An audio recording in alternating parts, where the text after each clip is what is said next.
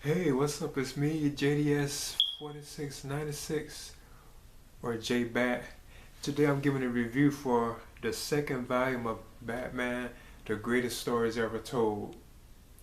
And this is volume 2, as you can see. It has like Batman on the cover. Now, just like I never really did like a review for like the greatest stories ever told. I just broke them down into each single story, that they were taken from. Because what these do, they collect like the actual like issues that the stories occurred in, like the actual comic book issues. Say like Batman #1, it probably like included that particular issue, what I'm saying, and whichever volume it was. So like it was the greatest stories ever told, volume 1. Well, this is like volume 2 that I have. So I was actually planning on going back and actually reviewing like the actual whole greatest stories ever told. The first volume, I'm actually still thinking about doing that just to do it, but I may not do it. And I was also thinking about doing these like separately too as well, like do just each individual story that occurs in this volume. But I just decided to go ahead and just do like the whole thing as a complete like volume or whatever. And it has like like 1, 2, 3, 4, 5, 6, 7.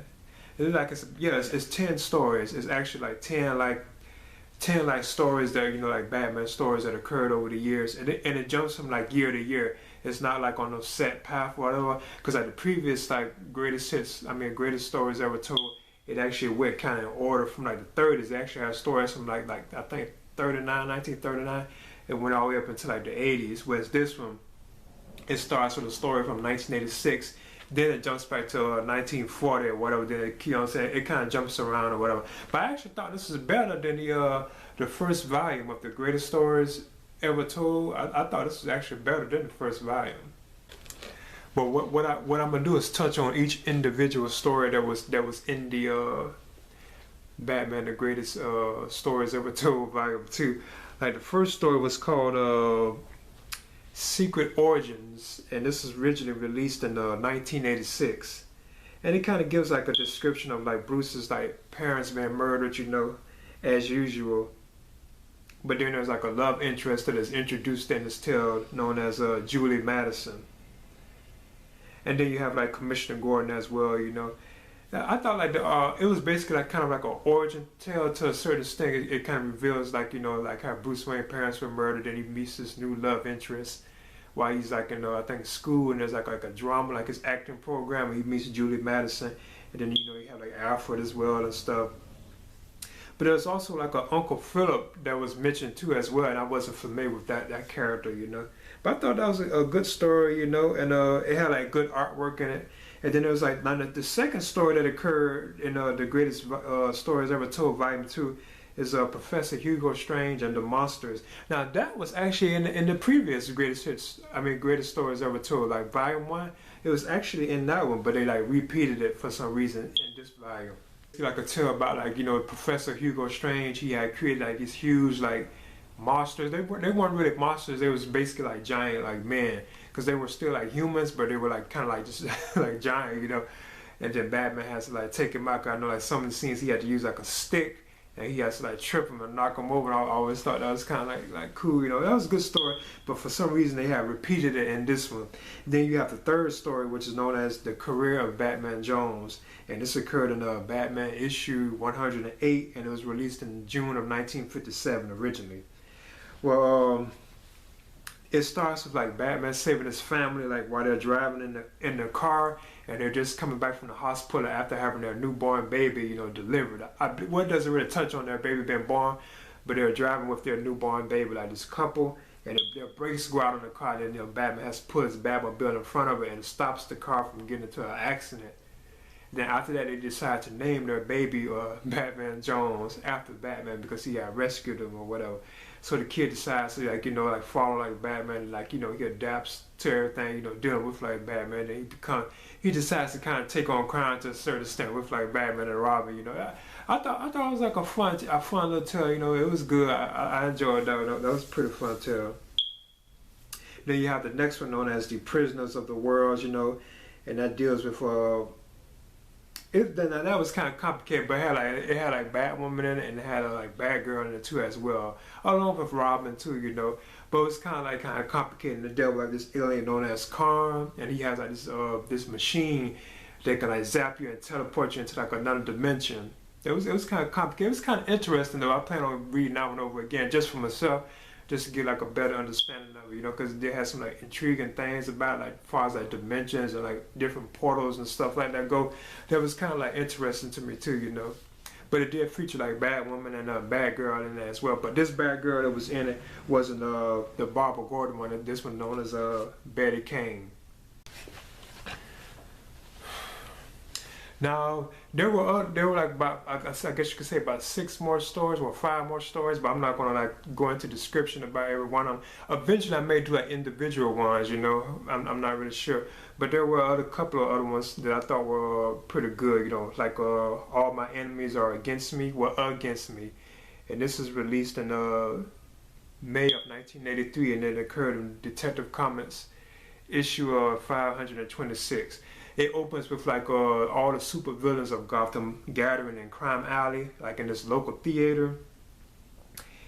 And it turns out that it was actually the Joker that brought them together to help them take out Batman before Killer Croc does.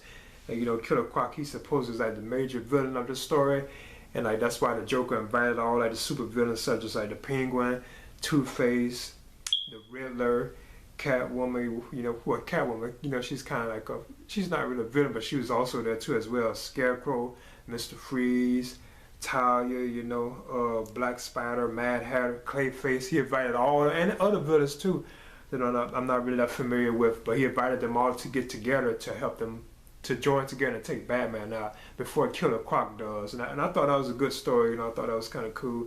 And then there's like other tales too, you know, as well. There was also one that's like, that was pulled from a Batgirl issue, like Batgirl Year One. And but that one was kind of new, because I was like in the year 2003, so that was like in this century, you know. But yeah, as a whole, I thought this was, I'm not going to touch on every single one, but I thought this was actually like better than the first volume though. As you can see, this is the cover of it right here. As far as I know, it was never a volume 3. They stopped at volume 2. And I bet they probably will one day, you know. They're just waiting for more and more stories. And plus, they can go back into the past, you know, and continue to pull out more from the past, which I would kind of prefer, you know. I would kind of like to get to look at more of like the Batman stories, like from like way back in the past. Especially like the ones where it wasn't like any Robin or anything like that. Or even more ones with Robin, you know. I think I would like to get a good look at the 70s more too, and like the 80s too. So if they ever did do like a volume 3, I'm sure they'll do another one, you know. Those the eras or certain, you know, like timelines that I wish they would like touch on, you know, if they did like another volume. But this one, and the reason why I believe I did like it a little more, because it was kind of more modern to me. It's kind of taking place in the time when I was here, like they had like stories from like the 80s and stuff like that, you know. Even like in the 2000s, you know, so and I think that's kind of why, when I was actually reading comic books, so, you know, I think that's kind of why I kind of enjoyed this one a little more, you know. But I read it kind of quick though. It didn't take me that long to go through this. And like I said, the only thing about it, it had one repeat, that the Hugo Strange one. That was actually in the first volume, if I'm not mistaken. They actually repeated it in this volume too, you know. But yeah, I would recommend, especially if you had a Batman, The Greatest Stories Ever Told, Volume 1, if you had that one. And plus, if you had The Greatest Joker Stories Ever Told, you know, you might as well get this one too as well, you know. So this is me, JDS4696, or J-Bat, and this is my review for Batman, The Greatest Stories Ever Told, Volume 2. Alright. Okay, so as you can see, this is my Batman, The Greatest Stories Ever Told, Volume 2. As you can see, this version I have, I think they have like different versions of it, you know. It's a thick book, you know, it has like a nice little girth on it. And I really did enjoy this more than the first volume. Because, you know, this of course was the first volume right here that I had. I think I showed this before. Because this is what I pulled like the actual like issues from was out of this. But I was actually thinking about this going and just reviewing it as a whole, you know. And I thought this was okay. And this was actually given to me by a relative like a long time ago. I never actually did buy this one. So yeah, these are like the 2 volumes. You have volume 1, then you have volume 2. As you can see, I got both of them. And yeah, I thought 2 was better. And also had the greatest Joker stories ever told too, as well, as you can see the joke on it. This is another one I was thinking about going on and just giving like a full review of it. But I actually did like the issues like singly themselves, you know. So yeah, that was my as you can see right there. So this is the greatest hits, volume 2, and I was just giving like a look of how it looks or whatever, you know. All right, and this is JDS 4696 or J Bad. All right.